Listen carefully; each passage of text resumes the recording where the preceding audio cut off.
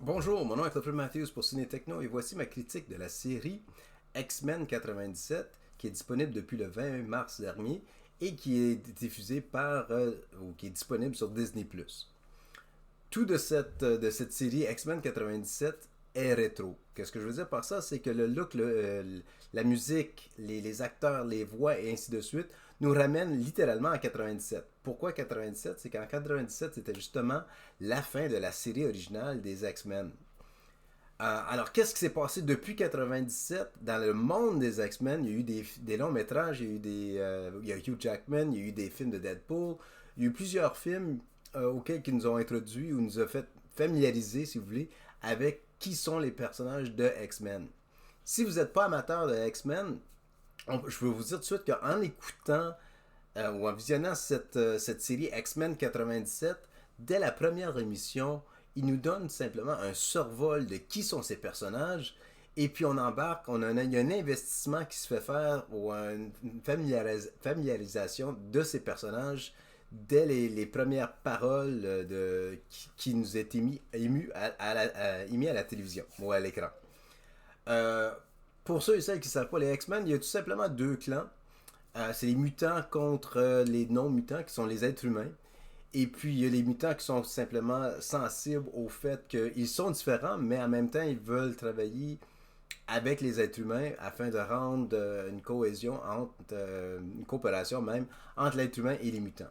Tandis qu'il y a un autre clan auquel ils croient que les mutants sont tout simplement des êtres supérieurs dû à leur évolution et leur pouvoir, ainsi de suite, et c'est eux qui devraient dominer le tout. Ça étant dit, dès les premières séquences sur l'écran, on aperçoit qu'il manque un personnage qui est peut-être l'être responsable des X-Men pour les rapatrier, ainsi de suite, puis leur donner une indication de comment contrôler leur pouvoir. C'est le professeur X en soi. La dernière émission de X-Men en 97 justement, il y a eu un accident avec le professeur X et on apprend dans cette série qu'est-ce qui était son sort. Alors, qu'est-ce qui est arrivé? Je veux pas dévoiler le punch, il y a des petits spoilers à faire du genre, je veux pas être la personne qui va vous dévoiler le tout. Sauf que le professeur X n'y est pas sur scène pour l'instant, ou peut-être pour plus tard, je ne sais pas, mais il n'y est pas.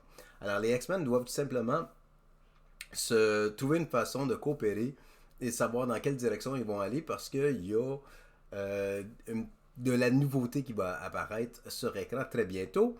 Et puis Scott Summers, qui est aussi connu sous le nom de Cyclops, qui est maintenant qui était le chef de la bande, mais maintenant il en prend charge et essaie d'être le chef de file davantage pour essayer de rapatrier tout le monde pour une bonne cause. Mais même lui, dans sa vie personnelle, les choses ont changé. Alors, comment gérer le tout? Ça, c'est plus ou moins la base des 3 premières émissions que j'ai eu la chance de visionner.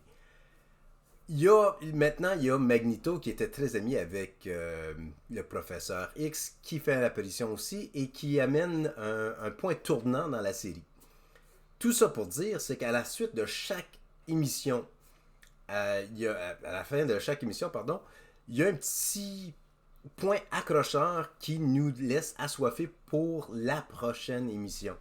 Alors, la fluidité, le déroulement, le tout est fantastique. Non seulement la musique et tout ça, mais c'est juste que l'histoire est tellement bien écrite que qu'on connaisse les personnages ou qu'on les a vus au grand écran, honnêtement, on peut littéralement mettre ça de côté puis juste s'investir à qu'est-ce qu'on visionne en ce moment parce que c'est à cette hauteur-là que c'est quasiment du grand cinéma au petit écran. Alors, c'est fantastique. Si vous avez la chance, je n'hésiterai pas, je suggère cette série, surtout pour les amateurs de X-Men puis de Marvel, ainsi de suite, parce qu'il y a beaucoup de clins d'œil au film aussi qui a eu lieu à la suite de 97 jusqu'à aujourd'hui.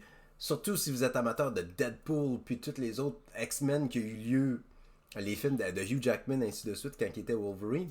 Mais il y a tellement de clins d'œil, il y a tellement de Easter eggs qu'on dit entre que dans juste les 3 premières émissions, que je vous dis, ça vaut le coup de le revoir à plusieurs reprises juste pour voir si on peut capter ces clins d'œil-là. Mais aussi, l'histoire de A à Z, ça vaut vraiment avec comment dirais-je, avec d'où est-ce qu'on se retrouve dans la société comme être humain pour accepter les différences, non seulement de race, mais de, de tous les handicaps et tout. C'est vraiment la base des X-Men, mais de façon farfelue, mais l'histoire touche un petit élément de tout. Alors ça, c'était un petit ma critique pour les trois premières émissions.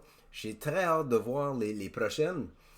Une fois que je les ai visionnées, je vais en faire une critique et je vous reviens très vite là-dessus. Alors encore une fois, mon nom est Clifford Matthews. Merci de m'avoir écouté, puis on se reparle très bientôt.